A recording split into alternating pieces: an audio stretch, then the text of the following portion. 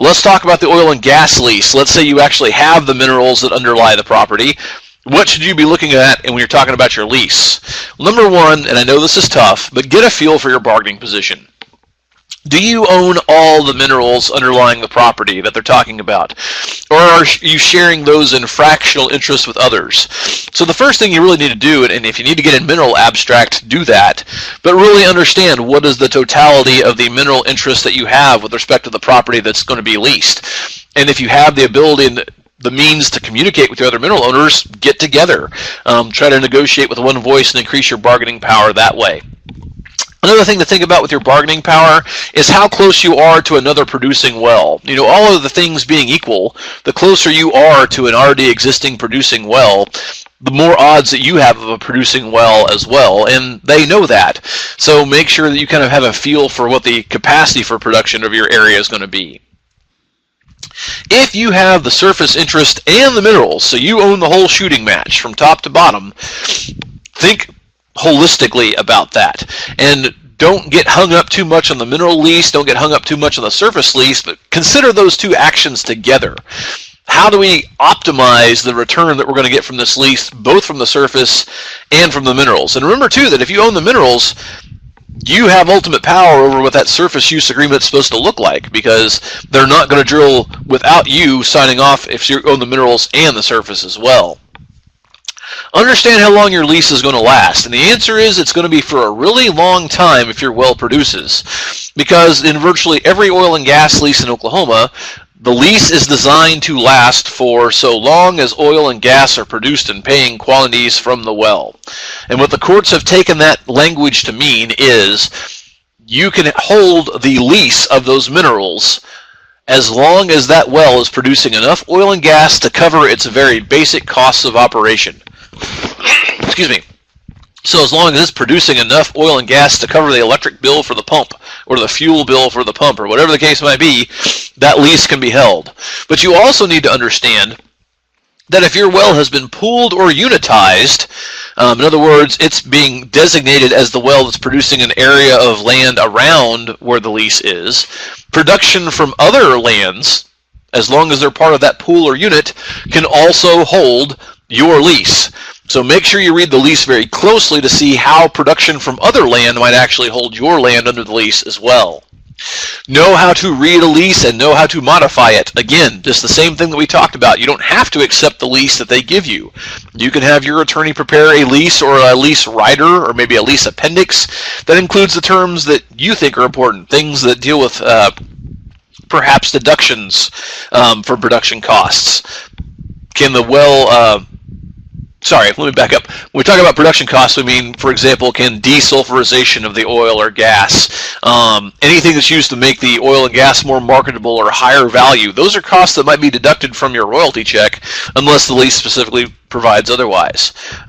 We've kind of already talked about point number 5 when we were discussing point number 3, but just remember that production from other land can actually hold your lease as well, so make sure you read the pooling and unitization provisions on your lease to deal with that. Understand how you get paid, where you get paid, and when you get paid.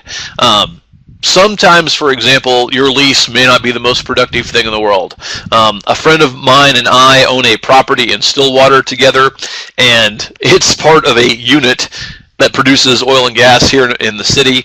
Our annual royalty checks come out to be about $20, and that's only because we negotiated in our lease that they would have to pay us when our royalties accumulated to $20, because they wanted to pay us only when the royalties accumulated to $100, and that would be every 5 years. And we thought, no, we want a check every year, by gosh. So understand what the accumulated royalties have to be before you get paid.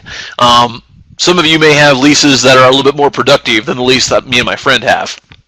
You might be getting thousands of dollars a year. And so you might be getting annual checks, or you might be getting quarterly checks. And in some extreme cases, you might be getting monthly checks as well. But understand what that frequency will be, understand what those accumulations are, understand whether or not those payments are going to be made by direct deposit to you or if they'll be made by check, and understand what your remedies are if you don't get paid. What's the amount of time that you have to provide them written notice? Lots of leases will say that you have to give the oil and gas developer written notice if you don't get paid for the clock to start running on what remedies you can offer if you're not getting paid. So make sure you read and understand all those provisions, understand the when, where, and how of your payments. Understand what can be deducted. We alluded to this a little bit earlier, but there are lots of expenses the oil and gas company might be able to legally withhold from your check before they calculate how much to pay for your royalty. So read that very carefully, understand what those expenses are, and if you have any expenses that can be deducted, I would insist that when I got paid, I receive some sort of statement that set out what those expenses were so I could document whether or not my payment had been calculated correctly. Make sure, by the way, you reserve the right to audit those payments. That's just what we talked about. Make sure that you have the ability to examine their records and make sure that your payments have been calculated correctly, because there have been lots of Oklahoma lawsuits that talk about what happens when you don't have those payments made correctly. The next point, number 9, flashes back to something that's kind of been out of practice for a long time, but it's still out there, so I want to make people aware of it. And that is that in the old days, lots of people would put their social security numbers on their leases as a means of verifying their identity and also making sure that the oil and gas company had the information on there to fill out the W-2s or the 1099 MISC forms to make sure that withholding was being calculated correctly. But do not put your social security number on an oil and gas lease. And that's because the oil and gas lease is going to be recorded in the county land records, and now your social security number is out there for the public to see. In today's era of identity theft, that is an absolute no-no.